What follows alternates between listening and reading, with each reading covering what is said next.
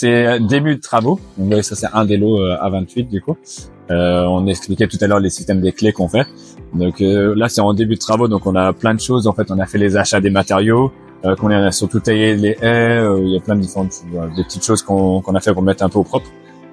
Donc entrez avec nous. Donc voilà, vous voyez, il y a plein de matériaux pour l'instant. Donc nous, le principal ici, c'est des biens qui sont soit en D et en E pour la plupart. Ça, exactement. Et donc en fait, le but, c'est de les mettre en D pour que ce soit en conformité aussi côté intérieur pour la location. Les gens, ils peuvent louer tranquillement. Et donc en fait, sur la résidence, pas tous les lots vont être pour nous. Nous, on s'en garde quelques-uns.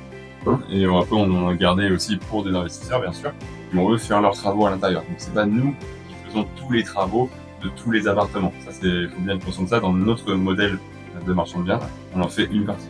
C'est ça, parce que beaucoup de gens se disent, bah, vous faites beaucoup de travaux. Et en fait, non, quoi. Si nous, notre but, c'est de diviser, comme ça, chacun achète et après, ils font leurs travaux eux-mêmes derrière. Et nous, notre but du jeu, en fait, notre valeur ajoutée, c'est l'organisation. L'organisation du chantier. Donc, typiquement, pour pas que ça soit le bazar partout. L'organisation, bah, justement, en achat de matériaux et mettre en place un système pour que les artisans, ils puissent déployer leurs travaux vite et bien.